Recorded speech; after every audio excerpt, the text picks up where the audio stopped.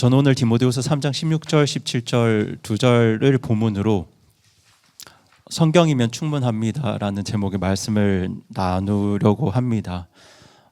여러분, 오늘 본문은 모든 성경 기록이 하나님의 영감에 의해 주어졌다는 말씀으로 시작하고 있는데요.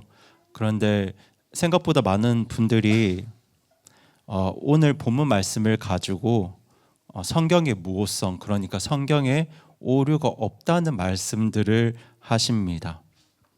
그것이 틀린 이야기는 아니지만 사실 오늘 본문 말씀은 성경은 한 글자도 틀리지 않았다는 이 성경의 무오성, 성경에 오류가 없음을 변증하기 위해서 기록된 말씀은 아닙니다.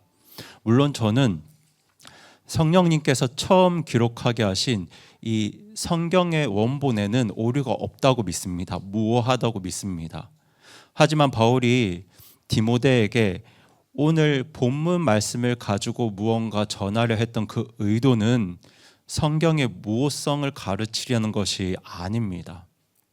그리고 사실 성경의 무오성에 대한, 그리고 사람들이 성경의 무오성을 논하는 것에 대한 저의 개인적인 생각을 말씀드리면, 저는 성경의 무오성에 대한 이 믿음도 성령님의 일하심에 맡겨야 한다고 생각합니다. 그리고 저는 개인적으로 성경의 오류가 없음을 논하는, 그러니까 성경의 무오성에 대한 이 학문적인 논증이 신앙의 본질이라기보다는 부차적인 영역에 속한다고 생각합니다. 제가 예를 들어드리면, 여러분, 대학원생들이 쓴 석사 논문을 검토를 하려면 누가 검토해야 될까요? 그렇죠. 그보다 지식과 경험이 많은 교수님들이 그 논문에 오류가 없는지를 검토하실 수 있습니다. 그런데 반대로 저명한 석좌 교수분들이 집필한 논문을 이 대학원생이나 학부생들이 완벽하게 검증하는데 한계가 있겠습니까? 없겠습니까? 있겠죠. 굉장히 어려운 일이겠죠. 그런데 저는 성경의 무오, 성경의 오류가 없음을 논하는 것도 비슷한 것 같습니다. 사람이 성경 기록에 오류가 없음을 완벽하게 증명하려는 시도가 마치 초등학생이 세계적인 석좌 교수의 논문을 완벽하게 검증하려는 것처럼 보입니다. 하지만 사람의 제한된 능력과 지식으로 성경에 오류가 있는지 없는지 그 여부를 완전하게 파악하거나 입증하기에는 하나님께서 주신 성경 말씀의 그 위대함과 그 깊이가 너무도 크고 깊은 것 같아요. 물론 저는 진화론, 또 자유주의 신학이 성경의 진리와 성경의 권위를 공격했던 그 시대에 성경의 무오성을 변증하면서 성경의 권위를 지키려 했던 우리 선배 목사님들과 성경학자들의 수고는 정말 귀하게 여겨야 한다고 믿습니다. 그분들의 수고와 헌신은 정말 많은 사람으로 하여금 이 성경을 하나님의 말씀으로 받아들이게 하는데 큰 유익과 도움이 되었기 때문입니다. 그래서 저도 그 수고와 열매를 존중하기 때문에 성경의 권위를 가장 중요하게 생각하는 이 근본주의 진영에서 사역을 하고 있는데요. 그리고 또 사실 오늘도 하나님의 말씀인 성경의 권위가 위인들의 어록 정도로 폄하되지 않게 하기 위해서 성경의 오류가 없음을 연구하고 변호하는 이 성경학자들의 수고는 정말 반드시 존중되어야 한다고 저는 그렇게 믿고 있습니다. 하지만 그런 신학의 영역은 본질적으로 그 대상이 구원받은 성도들만이 그 대상이 아니라 모든 사람이 대상이기 때문에 이 대상에 누구도 포함되어 있냐면요, 불신자들과 기독교 신앙을 공격하는 세력들까지 그 대상에 포함되어 있습니다. 그것이 신학의 대상입니다. 신학은 이런 대상들을 모두 고려하고 있기 때문에 논리와 증거를 가지고 학문적으로 기독교 진리를 변호해야 하는 학문입니다. 그러니까 믿음으로 대응하는 것이 아니라 정말 학문적으로 변호해야 하는 영역이에요. 때문에 신학의 주체도 목회자가 아니라 누구여야 할까요? 학자여야 합니다. 여러분, 신학의 주체는 목사가 아니라 학자여야 합니다. 그리고 저는 하나님께서 구원받은 분들 중에 학문의 은사를 주셔서 이런 영역을 섬기는 분들이 있다고 믿습니다. 하지만 구원받은 성도의 삶에 있어서 성경에 대한 신앙은 그 목적이 신학과는 다릅니다. 구원받은 성도가 가져야 할 이 성경에 대한 신앙은요, 성경의 무호성을 따지는, 성경의 오류가 없음을 따지는 그런 변증 그 자체가 아니라 하나님께서 왜 우리에게 성경 말씀을 주셨는지를 알고 그 말씀에 순종하며 살아가는 것이 바로 구원받은 성도들이 가져야 할 성경에 대한 신앙입니다. 그리고 모든 성경은 하나님의 영감으로 주어졌다는 오늘 본문 말씀 역시 역사, 과학, 논리를 가지고 이 성경에 오류가 없음을 증명하라고 주신 말씀이 아닙니다. 그게 아니에요. 오늘 본문 말씀은 하나님의 영감으로 기록된 성경이 우리에게 주어진 목적이 무엇인지를 분명하게 보여주고 있는데요. 그 목적은 먼저 사람이 구원받는 것, 이것을 위해서 의롭고 올바르고 가치 있는 것이 무엇인지를 먼저 정확하게 배우는 것, 또 그것을 기준으로 잘못된 길에서 돌이키는 것, 그렇게 돌이키고 바로잡아서 그 뒤에는 의로 교육받고 훈련받는 것에 있습니다. 그리고 사실 구원받은 그리스도인은 때로 성경 말씀에 이해되지 않는 부분이 있어도 하나님께서 우리에게 성경을 주신 목적에 따라서 성경을 하나님의 말씀으로 믿고 성경을 내 삶의 최고 권위로 삼아야 한다고 저는 그렇게 믿습니다.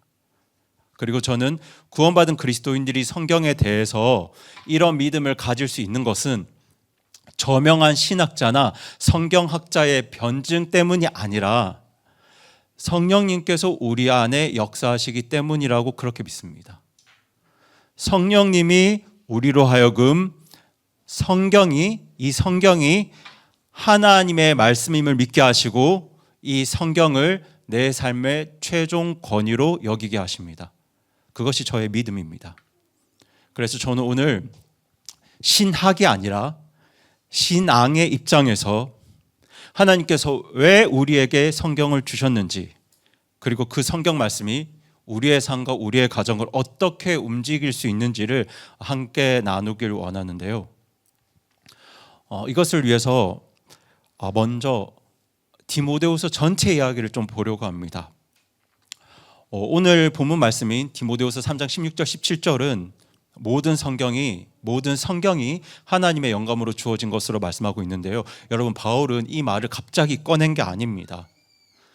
지금 바울이 디모데에게 디모데후서를 쓸 때 이 16절 17절 말씀을 갑자기 꺼낸 게 아니라 그 앞에서 계속 무언가를 이야기를 하다가 어떤 지점에 이르러서 하나님의 영감으로 주어진 성경에 대해서 말하고 있는데요. 여러분, 디모데후서 1장부터 3장까지 내용을 쭉 따라가시다 보면 왜 이 시점에서 바울이 성경에 대해 이야기할 때 하나님의 영감으로 주어진 성경이라는 표현을 썼는지 여러분들이 분명하게 아실 수 있습니다. 제가 결론부터 말씀을 드리면 지금 바울이 하나님의 영감으로 주어진 성경을 말하는 이유는 지금 성경에 오류가 없다 그런 걸 이야기하고 싶은 게 아니라 성경이면 성경으로 충분하다는 이야기를 말하고 싶은 겁니다. 지금 바울이 왜 이런 말을 하고 있는지 그 앞서 디모데에게 했던 이야기들을 살펴보시면 여러분 정확하게 이해가 되실 겁니다. 우선 1장부터 보겠습니다. 저희 1장 8절 말씀 같이 읽겠습니다. 시작. 그러므로 너는 우리의 증언과 그분의 갇힌 자가 된 나를 부끄러워하지 말고 오히려 하나님의 권능에 따라 복음의 고난에 참여하는 자가 되라. 네, 여러분 1장을 보시면 바울이 먼저 디모데의 믿음을 칭찬하거든요. 여러분, 디모데의 믿음이 누구로부터 전해졌나요? 외할머니 로이스와 어머니 유니게를 통해서 전해진 가정에서 물려받은 가장 정말 소중한 유산이었습니다. 그런데 지금 바울은 디모데에게 할머니와 어머니로부터 물려받은 그 소중한 유산인 그 믿음과 신앙을 가지고 앞으로는 하나님의 사역자로서 일꾼으로서 무엇의 고난에 참여하라고 이야기하고 있나요? 복음의 고난에 참여하는 자가 되어야 한다고 그렇게 말씀하고 있죠. 그런데 여러분이 잘 아시는 것처럼 초대교회 성도들이 복음 때문에 겪어야 했던 고난은 결코 가벼운 고난이 아니었습니다. 그리고 디모데후서를 기록한 바울도 예수 그리스도의 복음을 전한다는 이유로 지금 범죄자 취급받으면서 어디에 갇혀 있나요? 감옥에 갇혀 있습니다. 디모데후서는 바울이 감옥에 갇혀 있을 때 쓴 편지입니다. 그리고 바울이 디모데후서를 기록했던 때는 정말 악명 높았던 로마의 네로 황제가 교회와 성도들이 핍박했던 시대였기 때문에 바울과 함께 한다는 건 이 세상에서 정말 감당할 수 없는 고통과 고난과 수치와 조롱과 멸시를 받는 걸 의미했습니다.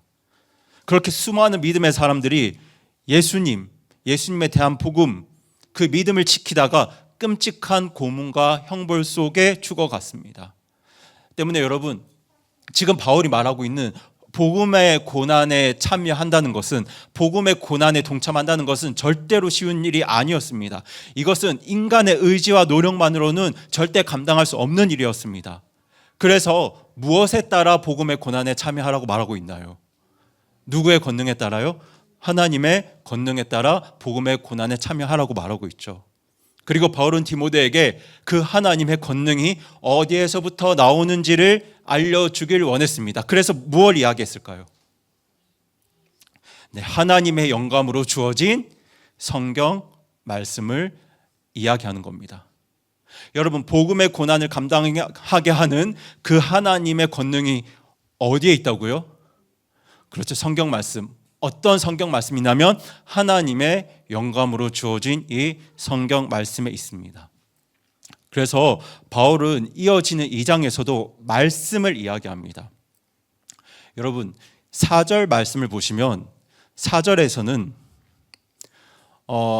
디모데가 살아야 할 삶을 이야기할 때 군사로 이야기합니다. 5절에서는 운동선수로 이야기합니다. 그리고 6절에서는 무엇으로 이야기하죠? 농부로 이야기합니다.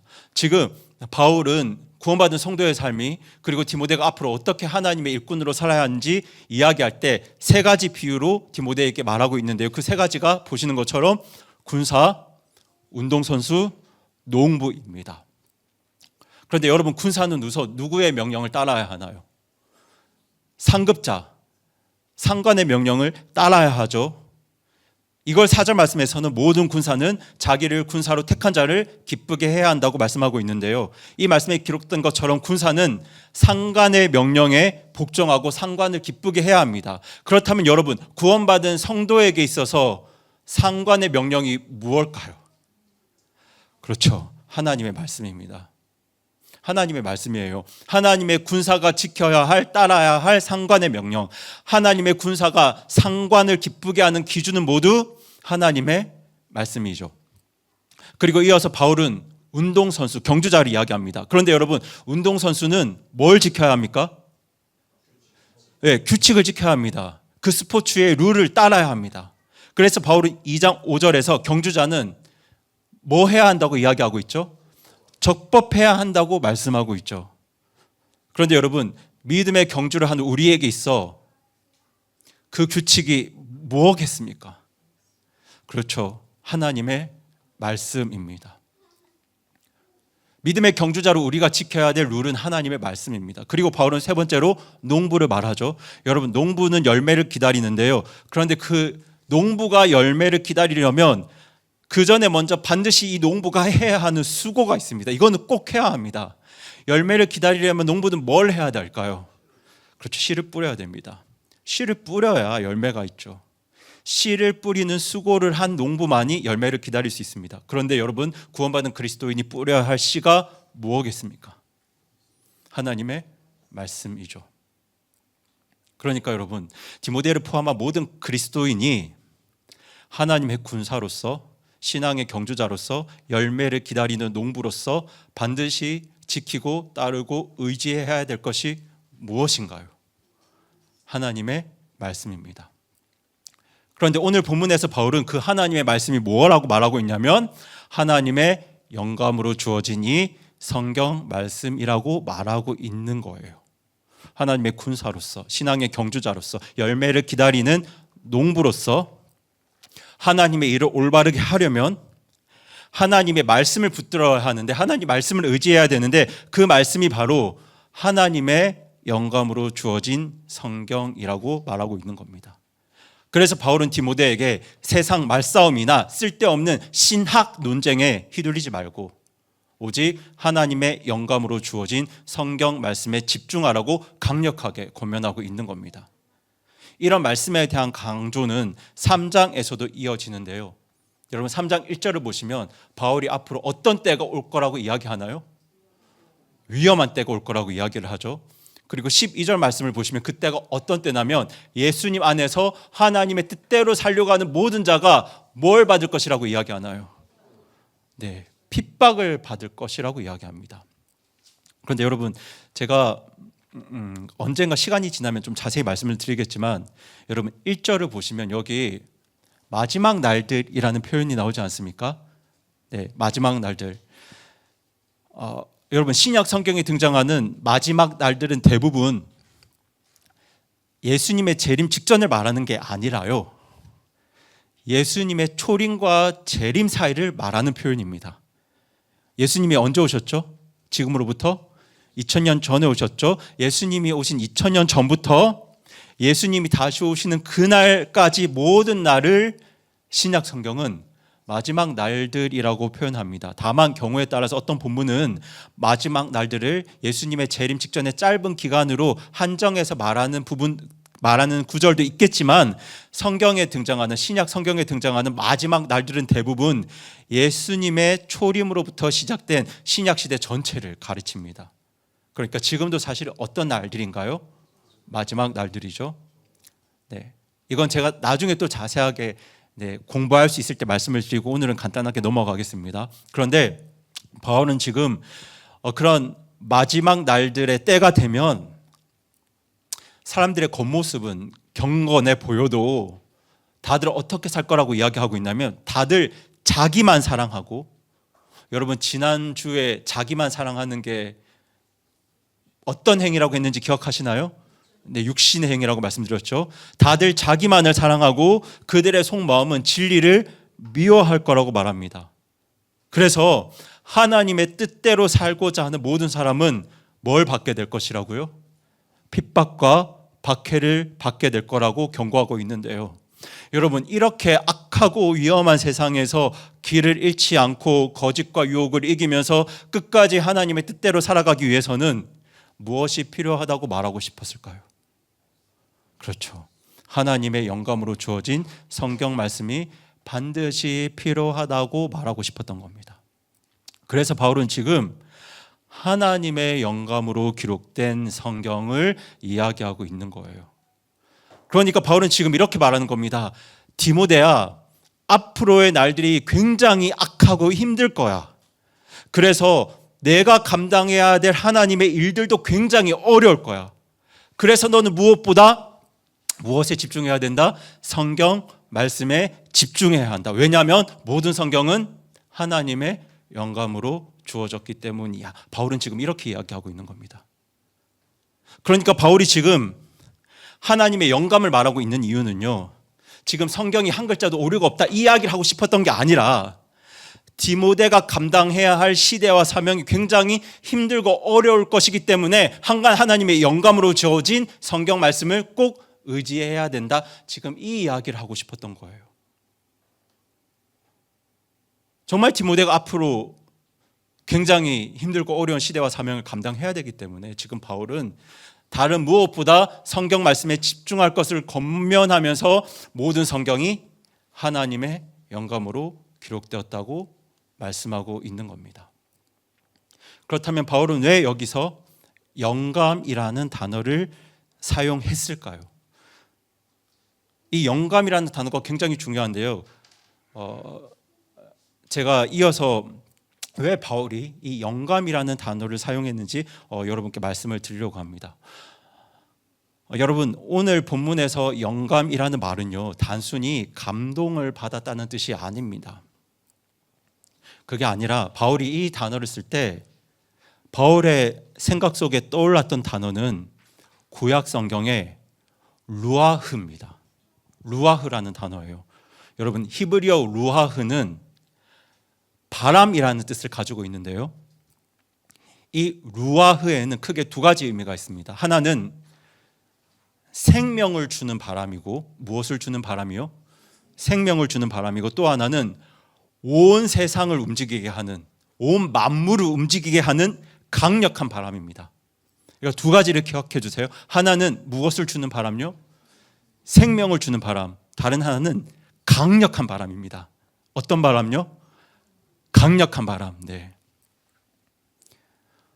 얼마 전에도 나눴던 말씀이죠. 창세기 1장 2절에서 하나님께서 빛이 있으라 말씀하기 전에 이 온 세상에 하나님의 영이 움직이고 계셨습니다.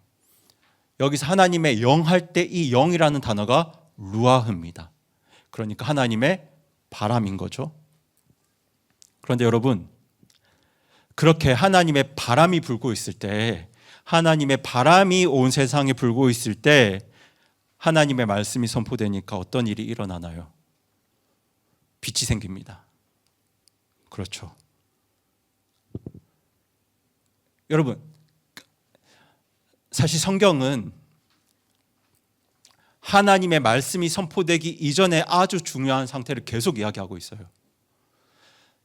그냥 말씀이 선포되니까 빛이 생긴 게 아니에요. 그 전에 뭐가 움직이고 계셨나요? 하나님의 바람이 움직이고 계실 때 하나님의 말씀이 선포되니까 말씀대로 이루어지는 겁니다. 하나님의 바람이 계실 때 하나님의 말씀이 선포되니까 어지럽고 무질서했던 세상의 질서가 잡히기 시작하죠.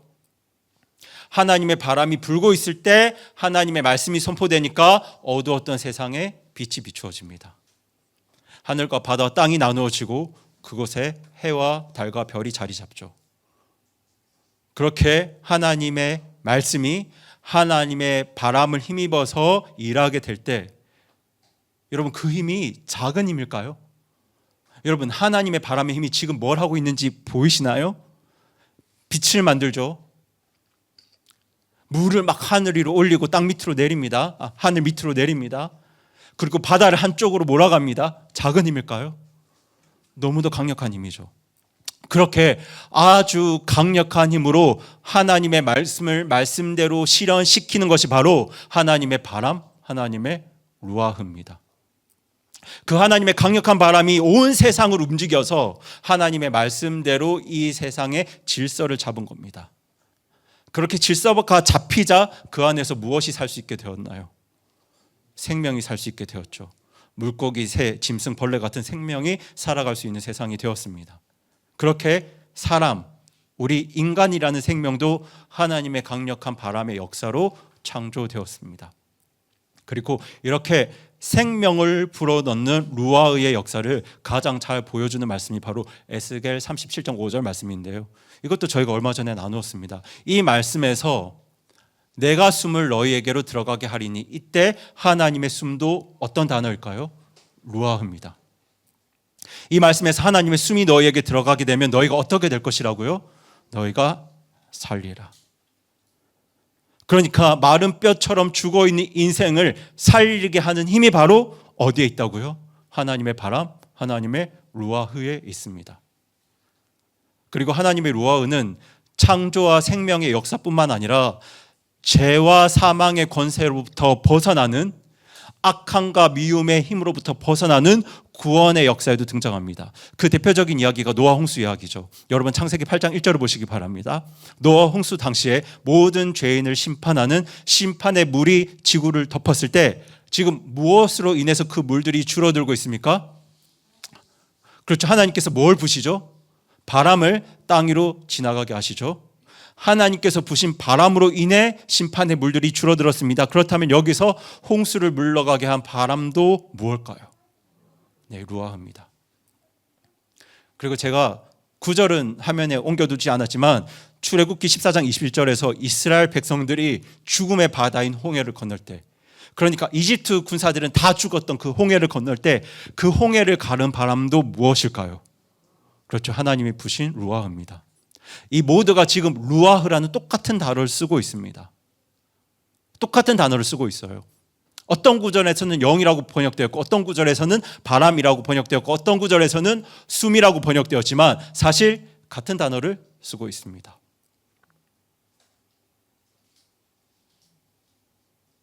이 절에서는 지금 뭐라고 되어 있나요? 영이라고 되어 있죠. 창세기 1장 2절에서는, 에스겔 37장 5절에서는 뭐라고 되어 있죠? 숨이라고 되어 있죠. 창세기 8장과 출애굽기 24장 말씀에서는 뭐라고 되어 있죠? 바람이라고 번역되어 있는데요. 같은 단어예요. 여러분, 이 루아흐는 혼돈을 질서로 바꾸고 죽음에 생명을 가져다 주고 죄와 사망과 악함의 권세로부터 구원받게 하는 하나님의 강한 능력을 나타냅니다. 그리고 지금 바울이 하나님의 영감으로 주어진 성경을 말할 때 사용한 단어가 바로 이 하나님의 바람, 하나님의 루아흐입니다.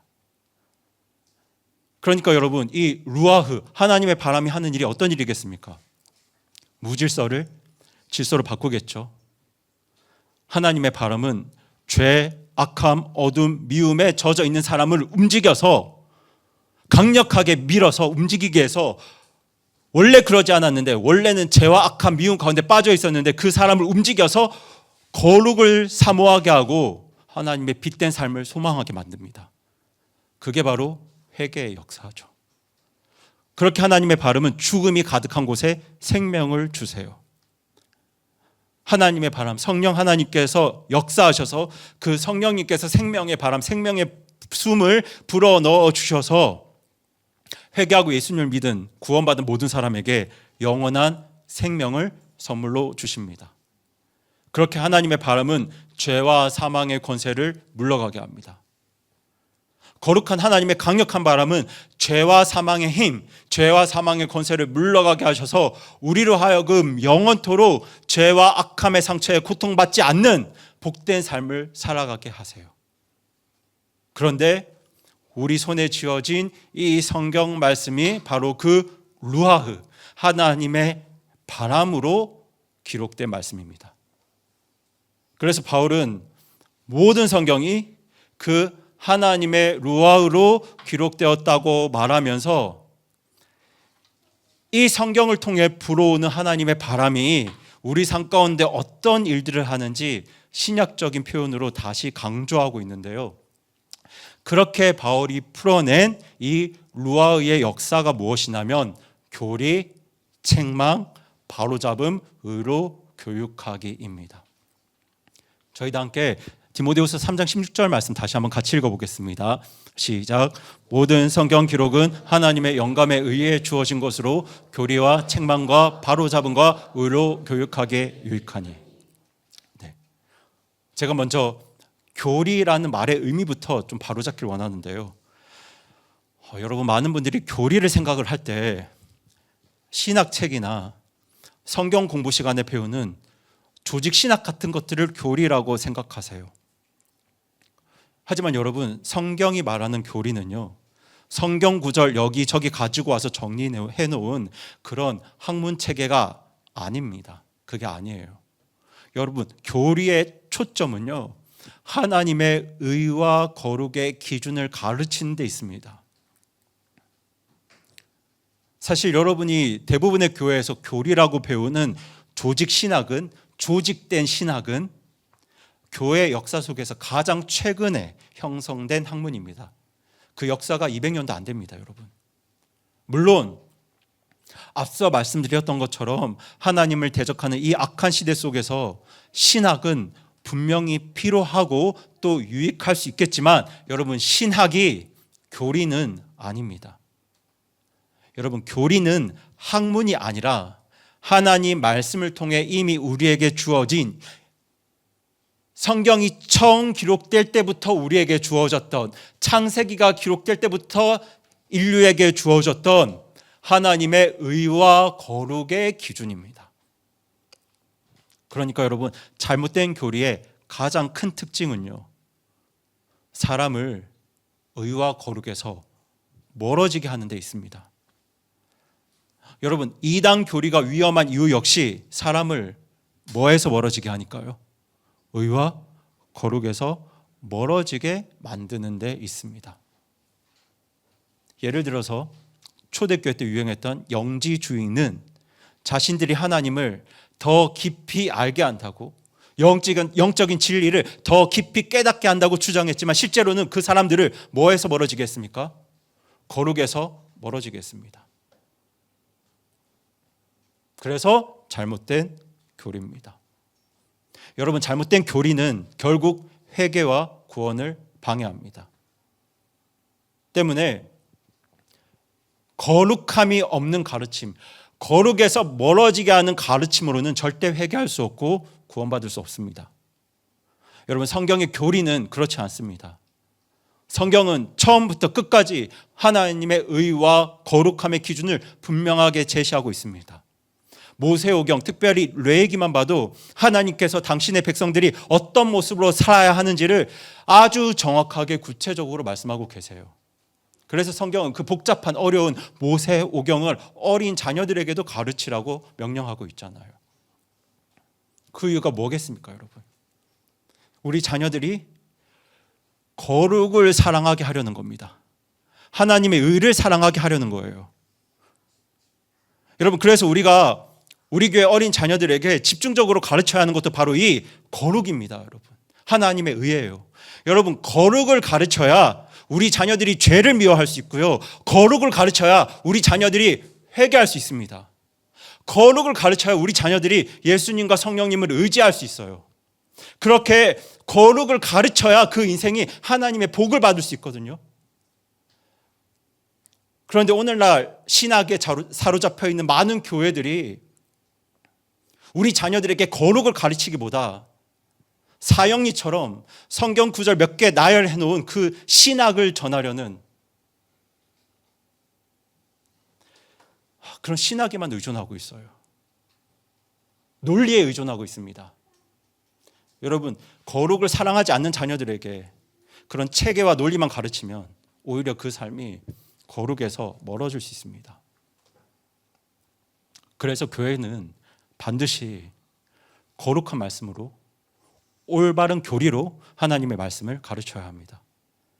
그래서 가정에서도 부모님들이 자녀들을 가르칠 때 신학 논쟁, 이슈, 지식 전달이 아니라 거룩한 말씀을 가르치고 그 말씀을 가지고 나의 삶으로 거룩함의 본을 보여주셔야 합니다. 그렇게 부모님들이 먼저 하나님 말씀 앞에 서서 거룩함을 사랑하고 죄와 악함을 미워하고 그 죄와 악함을 회개하면서 거룩하신 하나님을 의지하는 모습을 보여줄 때 자녀는 그 모든 것들을 통해서 거룩함을 배우게 되고 거룩함을 사랑하게 됩니다. 내가 그렇게 살 수 없어도 하나님의 의와 거룩함을 사모하게 돼요. 그렇게 성경의 교리는 무질서하고 죄와 악함, 미움에 빠진 우리의 마음을 움직여서 거룩을 사랑하게 하고 하나님의 의를 사모하게 만듭니다. 이것이 바로 루아의 첫 번째 역사인 교리입니다. 무엇이 의로운지, 무엇이 선한지, 무엇이 거룩한지, 무엇이 아름다운 것인지 올바르게 정확하게 알게 하는 역사입니다. 그것이 뭐라고요? 교리입니다. 그렇게 올바른 교리, 거룩한 말씀이 전해지고 그것이 마음속 깊이 들어와서 내가 하나님의 거룩함과 하나님의 의를 사모하게 될 때 그때 사람은 나의 뭘 깨닫게 될까요? 죄와 악함을 깨닫게 됩니다. 여러분, 거룩을 사랑해야, 하나님의 의를 사모해야 나의 죄와 악함을 깨달을 수 있습니다. 내가 잘못 살았구나. 나는 절대로 거룩하신 하나님 앞에 설 수 없는 존재겠구나. 그래서 나는 절대로 거룩한 하나님의 나라에 들어갈 수 없는 사람이구나. 여러분, 이 깨달음의 역사가 바로 뭐라고요? 책망입니다. 여러분, 성경이 말하는 책망은 단순히 누군가의 잘못을 도덕적으로 비난하는 그런 비난이 아니에요, 여러분. 여러분, 성령 하나님께서, 거룩한 바람께서 하나님 말씀을 통해서 올바른 교리로 우리의 마음을 비추실 때 우리는 그전에는 느끼지 못했던, 세상 속에서 살아갈 때는 느끼지 못했던 깊은 죄책과 부끄러움과 나에 대한 안타까움을 경험하게 됩니다.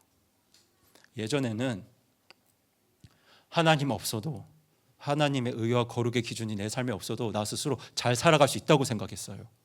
괜찮게 살겠구나라고 생각했어요. 그런데 올바른 교리가 하나님 말씀을 통해서 주어지고 그 하나님의 거룩과 의의 기준 앞에 내 삶을 비추어 보게 될 때 그 순간 비로소 내가 왜 회개해야 하는지, 내가 왜 예수님과 성령님을 의지할 수밖에 없는지 그 이유를 분명하고 정확하게 알게 됩니다. 이건 단순히 착하게 살아야겠다, 조금 더 선하게 살아야 되겠다는 결심이 아니고요. 왜 내가 하나님의 거룩한 나라에 나는 절대로 들어갈 수 없는지에 대한 아주 절박한 깨달음입니다. 그리고 이 책망의 역사가 회개의 문을 열게 합니다. 그러니까 교리를 통해 의와 거룩의 기준을 분명하게 알고 그 기준에 비추어서 나 자신을 돌아볼 때 나는 절대로 거룩한 하나님의 나라에 들어갈 수 없는 존재라는 사실을 깨닫게 하는 것이 바로 뭐라고요? 책망입니다. 여러분, 그 책망의 역사는 하지만 좌절에서 끝나지 않고 어디로 이어지냐면요, 보이시죠? 바로잡음으로 이어집니다.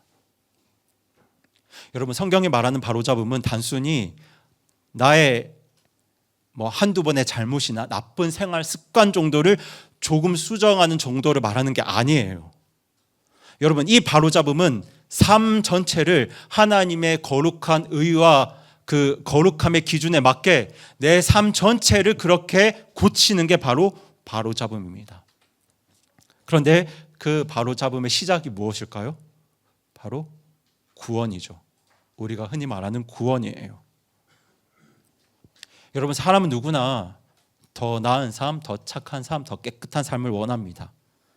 하지만 여러분, 교리를 통해 알게 된 하나님의 의와 하나님의 거룩함은요, 사람의 의지와 노력으로 절대로 도달할 수 없는 영역입니다.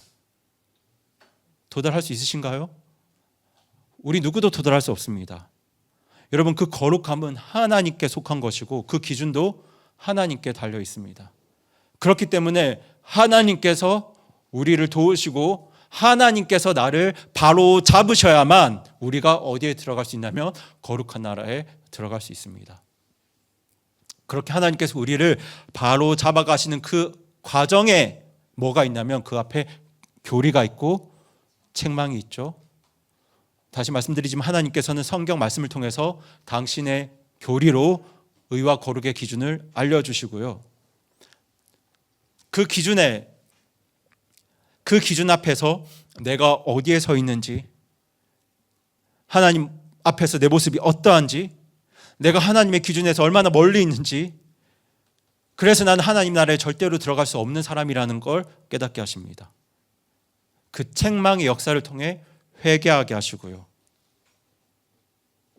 그 책망의 역사, 그 회개 역사가 있으면 사람은 마음 깊은 데서부터 죄를 미워하게 되고 그 죄와 악한 길에서 돌아서고픈 그런 소망과 간절한 소원을 가지게 됩니다. 그때 누구를 의지하게 하실까요? 예수님을 의지하게 하세요. 스스로는 하나님의 의와 거룩함에 이룰 수 없다는 것을 교리와 책망으로 깨닫게 하셔서 오직 예수님과 성령 하나님을 의지하도록 우리를 이끄십니다. 그게 바로 잡음의 역사입니다.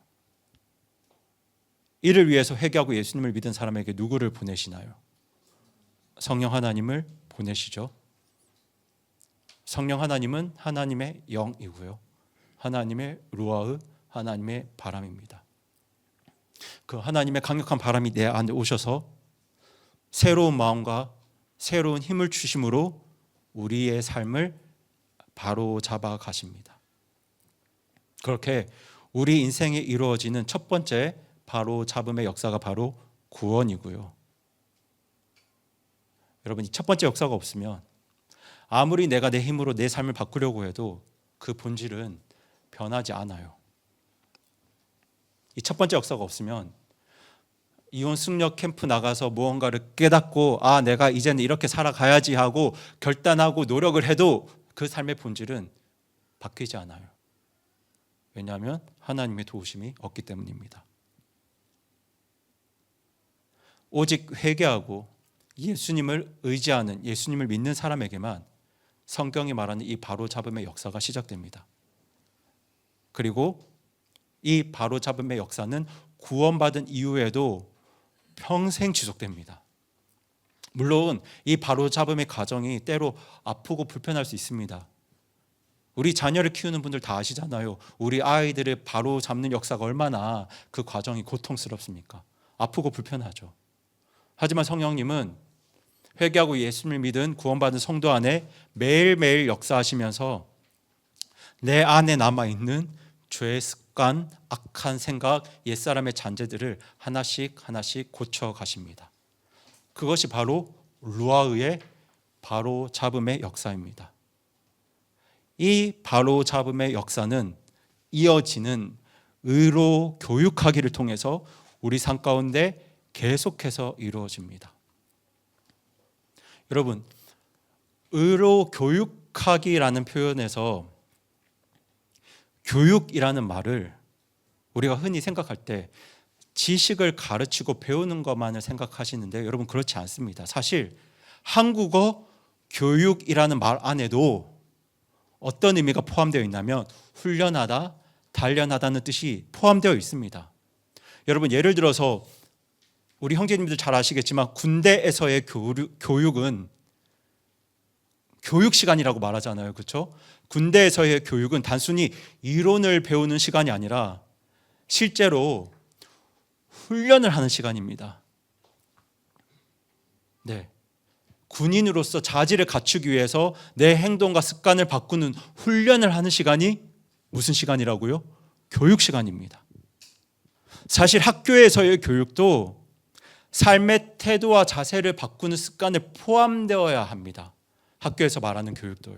그런데 여러분 성경에서 말하는 교육도 마찬가지예요.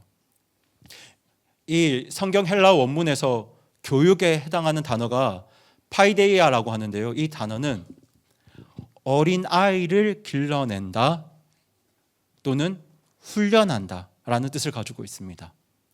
그러니까 이 교육은 교실 수업이 아니라 삶 전체를 하나님의 기준에 맞게 빚어가고 훈련해가는 과정을 말합니다. 그러면 여러분 이 의로 교육하기라는 말은 어떤 뜻일까요? 하나님의 의를 닮아가도록 연습시키고 연단하는 삶의 모든 훈련을 말하는 거죠. 여러분 우리 인생의 첫 번째 바로잡음의 역사, 그러니까 구원은 회개와 믿음을 통해서 하나님의 은혜로 시작이 됩니다. 그런데 그 후에 이어지는 바로잡음의 역사는 성령님께서 주도하시는 훈련을 통해서 16절 표현으로 말씀드리면 의로 교육하는 역사를 통해서 평생 지속됩니다. 여러분 성경의 인물들을 보세요. 아브라함은 믿음으로 의롭다 하심을 받았지만 그 후로 수많은 시험과 인내의 기다림의 시간을 통해서 하나님께서는 그의 믿음을 훈련하셨습니다. 그렇게 아들을, 나의 하나뿐인 아들을 바치는 순종에까지 이르게 한 것이 바로 하나님의 교육이었습니다. 야복강가에서 하나님과 씨름했던 야곱은 이스라엘이라는 변화된 이름을 받았지만 그 이후에도 하나님께서 주도하시는 훈련의 시간 속에서 그의 성품이 다듬어집니다. 그렇게 야곱은 삶의 여러 과정 속에서 하나님의 의로 교육받았습니다. 이스라엘 백성 역시 하나님의 은혜로 출애굽했지만 광야 40년 동안 하나님께서는 율법과 수많은 사건들을 통해서 이스라엘 백성들을 교육하셨고 다른 표현으로 훈련하셨습니다. 이 훈련을 통해서 이스라엘 백성들은 우상과 죄로부터 멀어지게 되었고 하나님과 그분의 거룩함을 더 사랑하게 되었습니다. 물론 이 훈련의 과정은, 교육의 과정은 때로 힘들고 불편합니다. 하지만 우리가 그렇게 의로 교육을 받을 때, 의로 훈련을 받을 때 우리의 삶이 점점 죄와 악함에서 멀어지고 하나님의 의로운 성품을 닮아가게 됩니다. 그렇게 사람인 우리가 의로우신 하나님을 닮아가는 것, 사람인 우리가 거룩하신 하나님을 닮아가는 것, 저는 이것이야말로 사람이 인생에서 누릴 수 있는 가장 큰 축복이라고 믿습니다. 그리고 저는 이러한 변화가 나 개인의 삶을 넘어서서 우리의 가정과 우리 주변을 바꾸는 강력한 힘이 된다고도 믿습니다. 왜냐하면 누구의 바람이니까요? 하나님의 거룩한 바람, 하나님의 강력한 바람이니까요. 그런 루아의 역사가 바로 의로 교육하기입니다.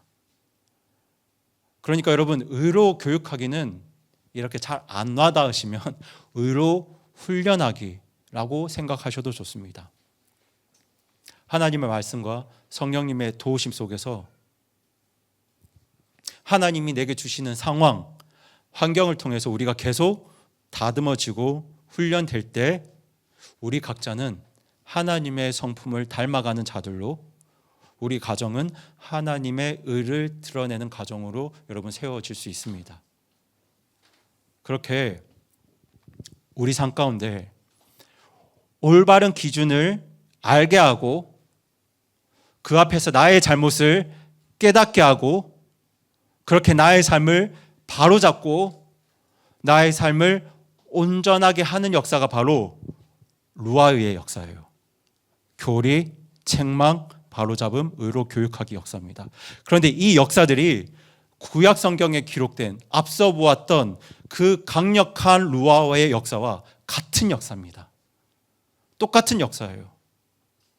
그래서 바울은 디모데가 감당해야 될 사명과 시대가 정말 힘들고 어려운 것이겠지만 이 하나님의 강력한 루아의 역사만 있다면, 이 하나님의 강력한 바람의 역사만 있다면 그 모든 일을 충분히 감당할 수 있기 때문에 모든 성경은 하나님의 영감으로 기록되었다.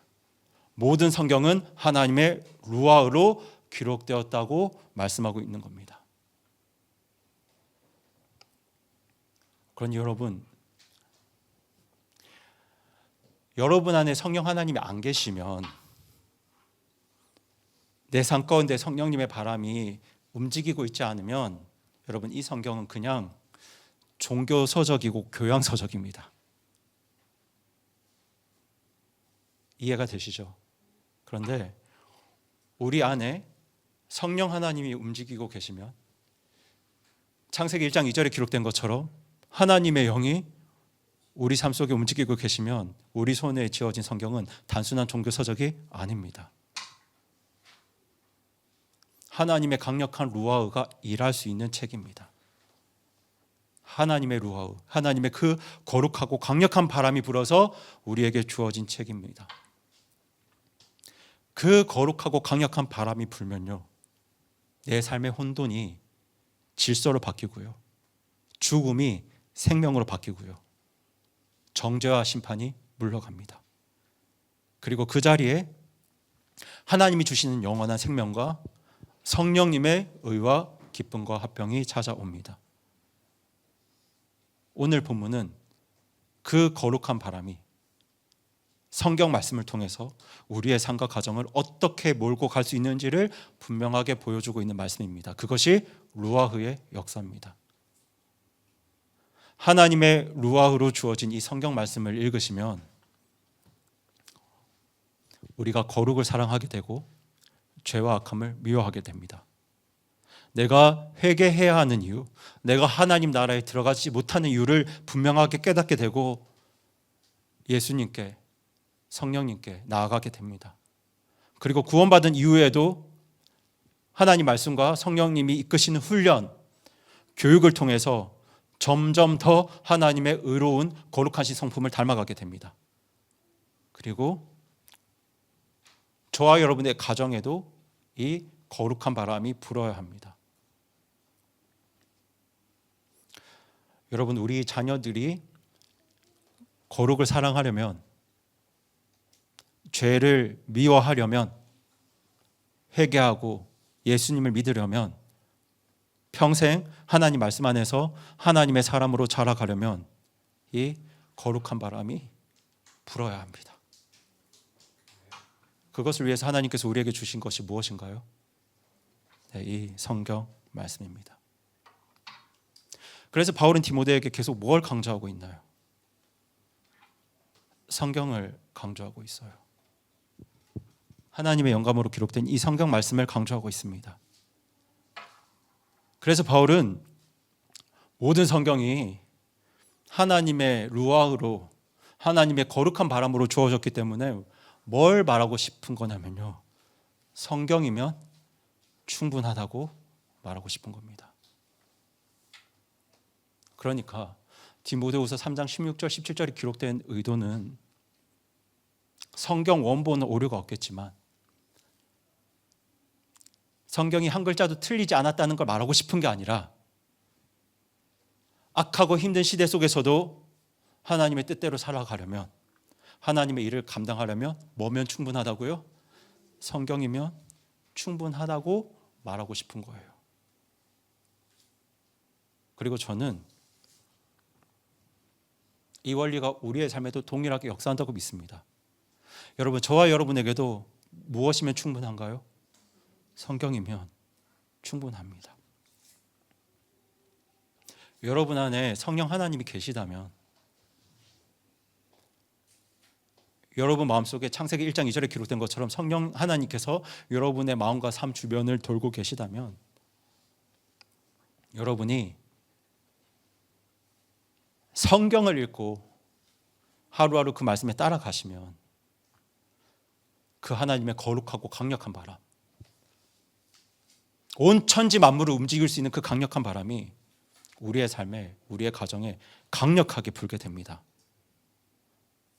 모든 성경은 하나님의 영감으로 주어졌기 때문입니다. 그러니 여러분, 우리의 삶에 하나님의 강력한 바람이 불게 하려면 우리가 무엇을 읽어야 할까요? 네, 성경을 읽으셔야 해요. 성경을 읽으셔야 합니다. 성경을 읽으시면서 하나님의 의와 거룩이 무엇인지를 정확하게 알아가셔야 하고요, 하나님 말씀 앞에서 성령님의 책망을 받으셔야 합니다. 그리고 어쩔 수 없는 연약한 나 자신을 보면서 회개와 믿음으로 예수님과 성령님을 의지하셔야 하고요, 그리고 때로 힘들고 아프고 불편하겠지만 하나님이 나를 교육하실 때, 하나님께서 나를 훈련하실 때 여러분, 그 교육과 훈련을 기쁨으로 받으셔야 합니다. 그러면 여러분의 삶과 가정은 결코 예전과 같지 않을 겁니다. 아니, 같을 수가 없습니다. 왜냐하면 하나님의 바람은 아주 강력한 권능을 가진 바람이기 때문입니다. 여러분 안에 성령 하나님이 계시고 하나님 말씀이, 성경 말씀이 여러분 안에 들어가면요, 그 정말 거룩하고도 강력한 바람이 불어서 여러분의 삶과 여러분의 가정을 정말 강력하게 몰아갈 겁니다. 저는 그렇게 거룩한 바람이 불어오는 가정, 그 하나님의 강력한 말씀으로 움직이는 가정, 그런 가정이 저와 여러분의 가정이 되기를 간절히 소망합니다. 여러분, 분명히 지금은 신앙생활하기 어려운 시대고요, 하나님 닮아가는 것도 정말 힘들고 어려운 때인데요, 그래도 무엇이면 충분할까요? 네, 성경이면 충분합니다. 그래서 우리 옆에 분에게 이렇게 말씀해 주세요. 이 오늘 설교 제목, 성경이면 충분합니다. 이렇게 이야기해 주세요. 네, 네, 성경이면 충분합니다. 네, 하나님의 영감으로 주어진 성경이면 충분합니다. 여러분, 이 믿음 가지고 제가 이번 주는 간곡하게 권면드립니다. 적어도 이번 한 주간은 스마트폰 보시는 시간보다 성경 읽는 시간을 더 많이 가지시기 바랍니다. 어디를 읽어야 할지 모르시면 마태복음, 마가복음, 누가복음부터 열심히 읽어주시기 바랍니다. 그렇게 이번 한 주간 열심히 성경 읽으시기 바랍니다. 네, 성령님이 계시고 여러분이 성경을 읽고 받아들이시면 하나님의 거룩하고도 강력한 바람이 여러분의 삶과 가정에 정말 강력하게 불어올 겁니다.